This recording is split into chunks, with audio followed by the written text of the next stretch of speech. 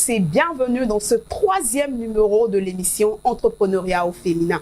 L'émission en exclusivité sur Prime News TV Bénin qui met en valeur et va à la rencontre des femmes entrepreneurs de notre très cher pays. Aujourd'hui, nous allons à la rencontre d'une femme brave qui aime faire du make-up. Elle en a fait son métier et est spécialiste du make-up artistique.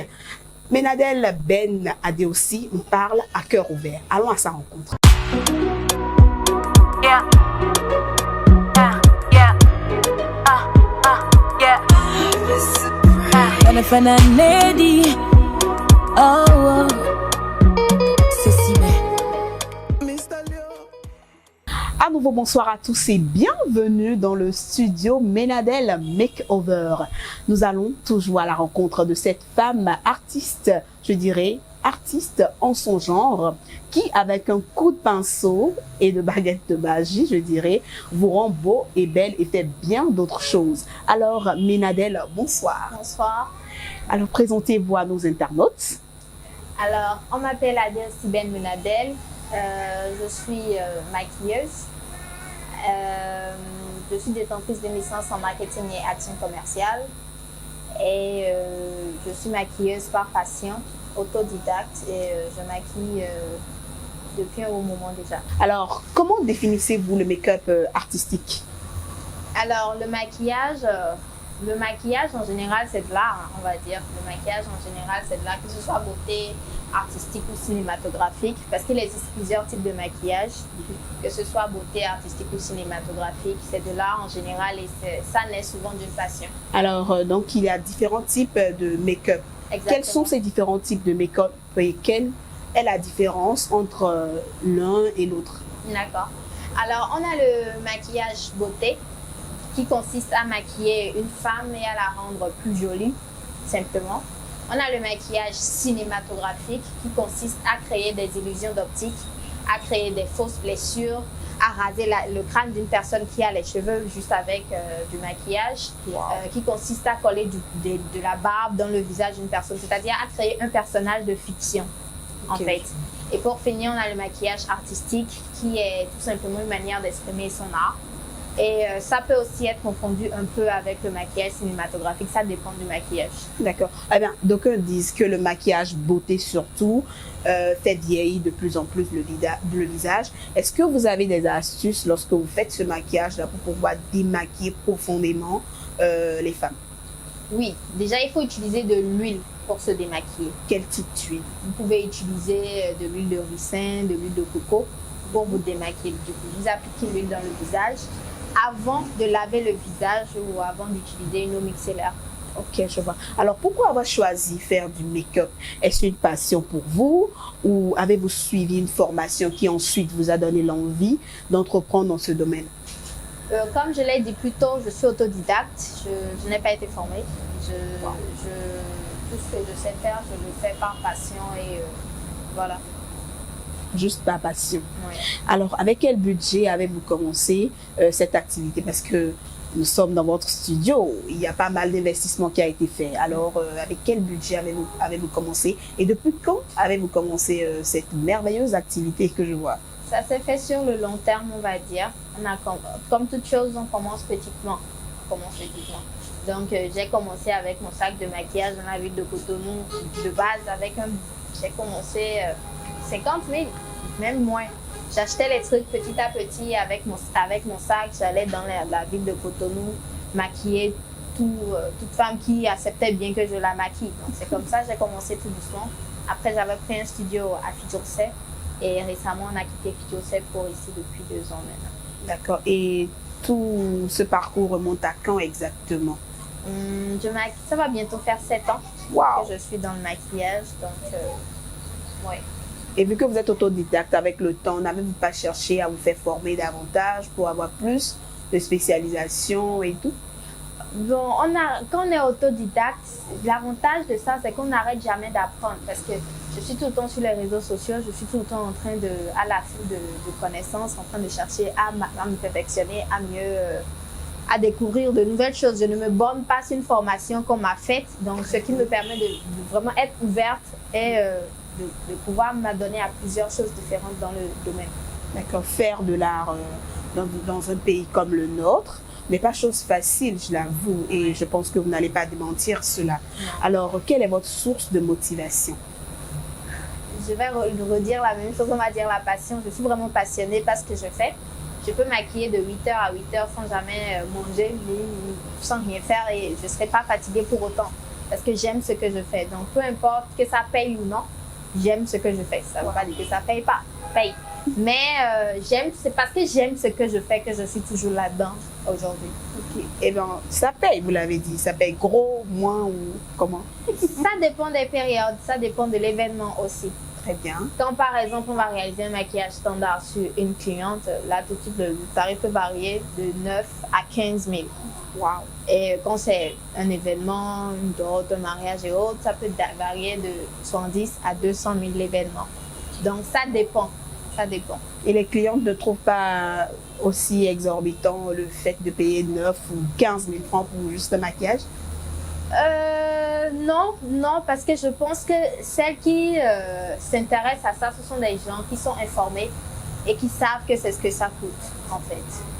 Alors, et quelles sont les difficultés que vous rencontrez? Parce que dans aucun travail, je dirais, dans aucun emploi, l'on ne rencontre des difficultés. Cela est humain, c'est naturel.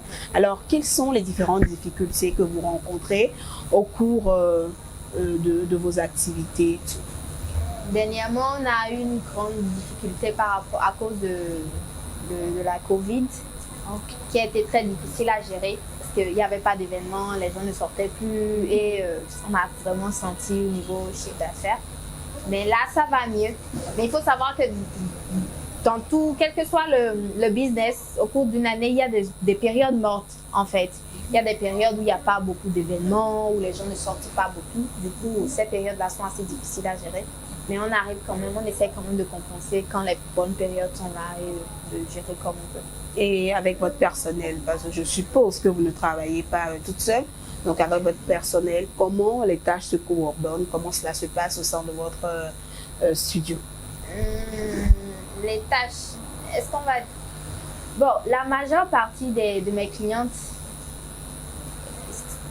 insistent pour que ce soit moi qui fasse le travail. Parce que souvent, elles sont là à cause de moi. Mais il y a certaines personnes qui n'ont pas forcément les budgets dont j'ai parlé tout à l'heure. Et ces personnes-là, quand même, acceptent que des assistantes et autres les maquillent.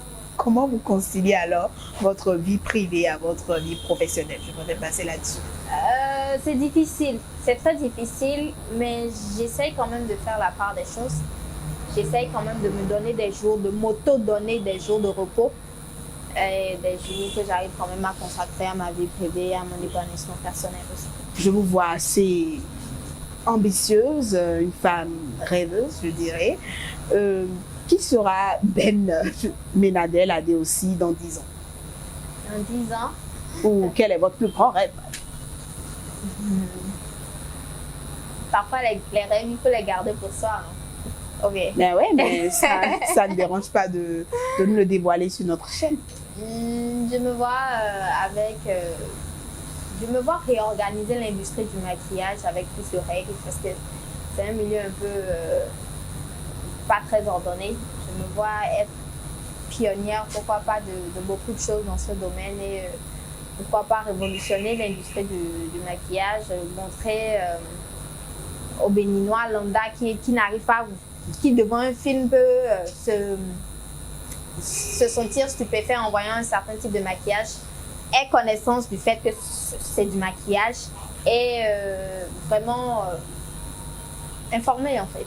D'accord. Eh bien, dites-nous un peu comment vous êtes maquilleuse, n'est-ce pas? Vous faites de l'art, vous maquillez, vous avez différents types de maquillage que vous faites, de make-up, je dirais que vous faites, oui. Du make-up artistique, du make-up beauté et bien d'autres. Comment cette activité que vous menez contribue-t-elle au développement de notre pays? Ce qu'il faut savoir, c'est que l'industrie du cinéma béninois n'est pas très grande et développée. Du coup, moi, je pense que avoir une maquilleuse effets spéciaux dans le pays, une maquilleuse qui fait bien son travail, peut vraiment booster ce domaine parce que c'est un domaine qui marche très bien dans nos pays à côté, au Nigeria, au Ghana, ça marche très bien. Pourquoi ça ne devrait pas marcher ici? Pourquoi dans les films nigériens, dans les films ghanéens, c'est vrai, les effets spéciaux ne sont pas encore au niveau que je vois dans ma tête, mais c'est déjà un pas dans ces pays-là. Pourquoi le Bénin néglige autant ce côté? Alors que les effets spéciaux, c'est franchement 60% d'un bon film. Un bon film bien fait, il faut vraiment le maquillage, c'est 60%, voire même plus. Mon rêve, vraiment pousser, donner un coup de pouce à l'industrie du cinéma béninois. D'accord, donc je vois bien votre maquillage, mais votre activité plutôt de make-upeuse peut propulser le cinéma béninois, complètement le cinéma avec tous les effets spéciaux qu'il s'agit. Alors, dites-moi, de ce fait, avez-vous des partenariats déjà ou des relations avec certains acteurs béninois ou même maisons de production à l'externe, je ne sais pas trop. On va dire que je suis de nature un peu réservée et j'ai tendance à jouer la carte de la sécurité. Vu que c'est ce qui paye, vu que c'est le maquillage beauté qui paye ici au Bénin, je le fais beaucoup plus parce que c'est ce qui est rentable, c'est ce qui sort de l'argent. Donc j'ai tendance à plus me rabattre sur ça. Mais le maquillage cinématographique, je ne le mets pas assez en avant. Par exemple, la photo que je vous ai montrée tout à l'heure, beaucoup ne l'ont pas vue. Donc, je ne le mets pas assez en avant et je pense que c'est un frein pour moi. Oui, justement. Donc, oui, mais je pense que le moment viendra. J'essaie de faire les choses pas à pas et mettre quelques pièces du puzzle en place avant quand même de lancer certains trucs. D'accord. Donc, je pense que vous devrez dès aujourd'hui commencer par mettre en avant ce make-up artistique parce que j'ai vu les photos, elles sont très belles. Je vois vraiment que c'est du travail à fond. Merci. Alors, pour clôturer, Ménadel, cette discussion, je dirais, cet entretien, dites-moi, quels sont les conseils que vous avez à donner à ces jeunes filles qui voudraient entreprendre comme vous? Alors, déjà, l'autonomie, c'est quelque chose de très important. Ne pas dépendre d'un homme, c'est la clé du bonheur de toutes les femmes, on va dire. Moi, ça m'est tombé dessus par passion, mais je pense que par détermination, vous pouvez le faire aussi. C'est pas quelque chose de très compliqué, que ce soit le maquillage, que ce soit la manicure, que ce soit la coiffure. Peu importe ce que c'est, ce sont des domaines accessibles. Et je pense que pour gagner votre autonomie, je vous conseille vivement de vous adonner à quelque chose de ce genre et pas dépendre des hommes, en fait. Parce que ça, c'est important. Hein.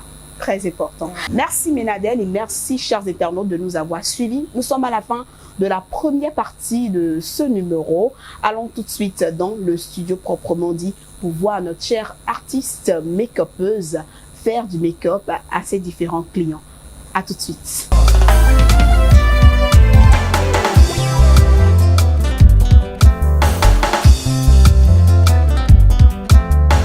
Sirène ya police ekumaka na prison ya corbillard ekokumbanga na lilita epanye nga zu esalaka nga neti droge yeye balèvre na yo elakaki matama na nga en aucun jour balarme ekovisite yango présence na yo beton arme ya vi na ngai esengo elekaka sisusi emekoleka te Marianne, soki otiki ngai chagrin malheur yokobanza moto alali nzoka we na ye Maria Mandala, soki otiki ngai chagrin malheur yokobanza moto alali nzoka we na ye. Waouh, quelle merveille! Je me sens juste comme une soupe queen après ce maquillage.